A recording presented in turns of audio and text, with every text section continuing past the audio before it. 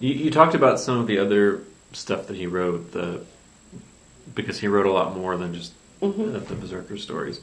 Did he ever feel that the Berserker books and stories overshadowed the rest of his work? No, I don't think so. I think what I remember is he would be intensely involved in a project for like 9 months, which is about the time it took him to write a novel.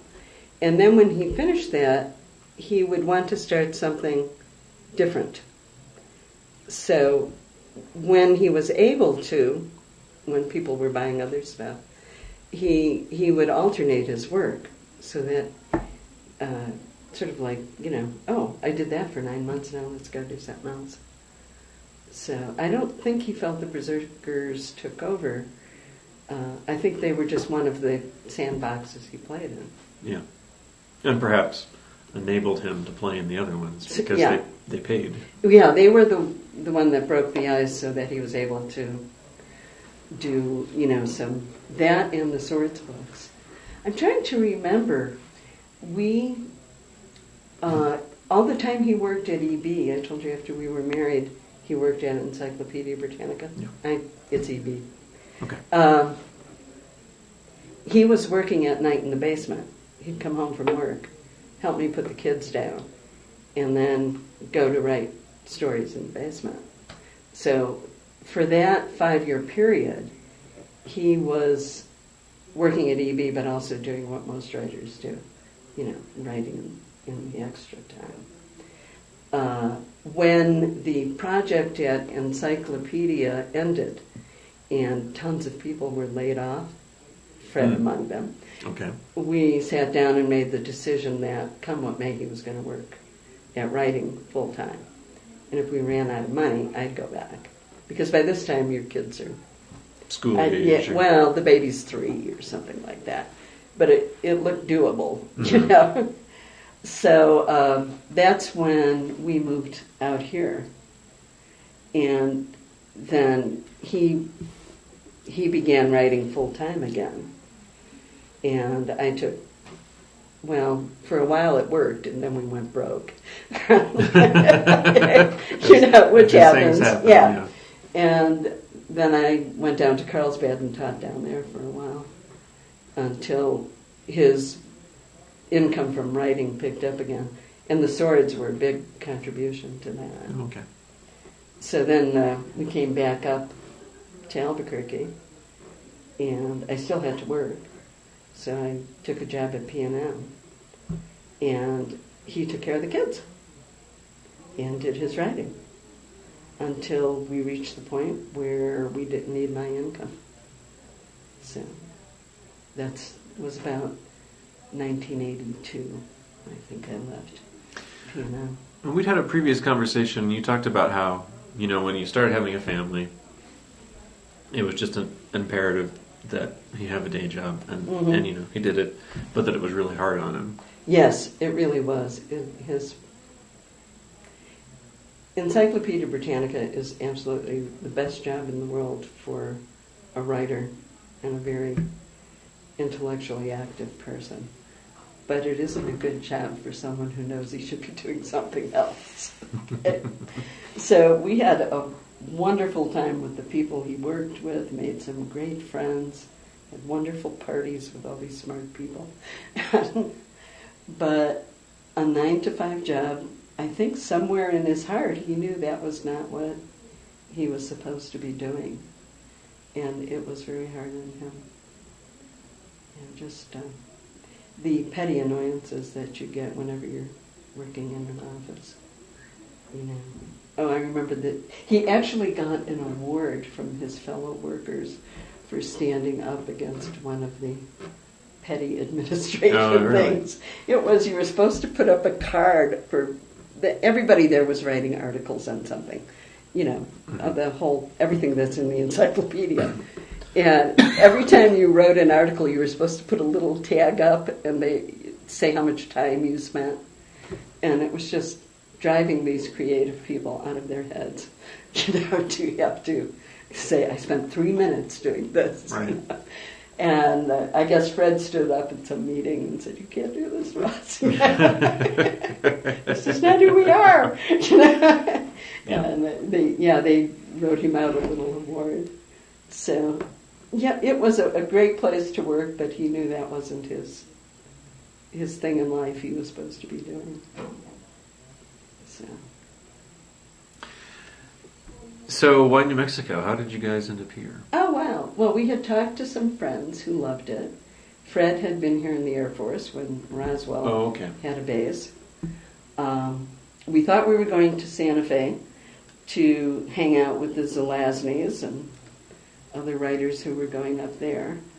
But when we came, Santa Fe was way more expensive, as it traditionally is. Right. And actually, Fred kind of liked the atmosphere here better with the university. It seemed more real to him. But we're out of Chicago. It seemed like a real city to him. So that's how we ended up here. We ended up here in Paradise Hills for a year, and then we went broke, and then we came back and went through a series of houses until we finally found one that we stayed in for a while. So how did you become convinced you wanted to move here? I mean, it's a big change. I don't know. I've never been afraid of doing things. So it seemed like fun. We were looking for houses, and the story I always tell is, we thought, okay, we'll move in the suburbs, but maybe we should stay by a train line so that if one of us ever has to go get a job, we can commute into the city. Mm-hmm. So we're looking for affordable houses. Right. This is back in Chicago. Back in the Chicago area. We finally figure out we're all the way to the Mississippi before we can afford anything. And we said, well, if we're going to be this far out, you're not going to have the family connections anyway. So we might as well do something fun. So we just did. Excellent. It was a very good move for our family. Oh, good. It was excellent. It's much easier to raise kids in Albuquerque without tons of money than it is in Chicago. So, especially when you're doing something like freelancing. You're right. Yeah. So that's how we got here. Cool. All right. Let's see.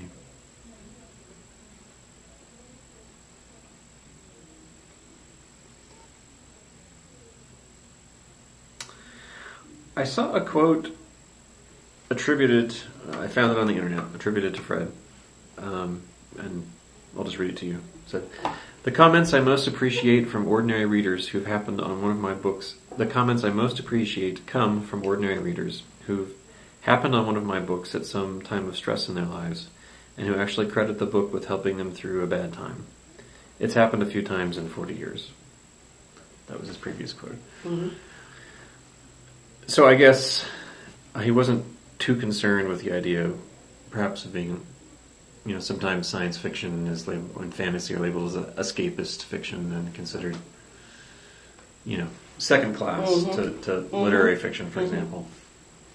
Doesn't sound like that bothered him much. Zero. not much. Zero. I will try to elaborate. And I'm trying to think how... Okay, here we go. Fred totally realized he did not have academic credentials. But I don't know if he realized, but he was still incredibly bright and incredibly talented. There are certain parts of fiction where you better have your credentials lined up, or you will not be taken seriously. I don't think his idea was to stroke his ego mm-hmm. with here I am in the very elite part of literature. I think he honestly felt he had something to say about humanity and about life and about your outlook on life. and he very strongly felt he wanted to tell a good story, and this is what he liked. It's what he read. Mm-hmm. So he felt this was a place to do it. Being a writer was not, being a writer, I am a writer, was not what was important to Fred. As far as I could tell from living with him, watching, it was a compulsion. He wanted to write, tell good stories, share his views with people. And he didn't care about how glamorous it is to be a writer. That just wasn't on the radar. He wasn't worried about his image. Not worried about the image at all. No, that wasn't what he was. Maybe because he was such a loner, which I'm sure was part of the problem with working in an office. If you're basically really, really an introvert. But no, what other people thought of him was not. I think almost everybody thought well of him. I haven't run into anybody who really was downplaying, who had really given him a hard time. But there were very few people in the world whose opinion he cared about. Certainly didn't care about the academic ladders or the literary ladders. So it's just the way he was wired.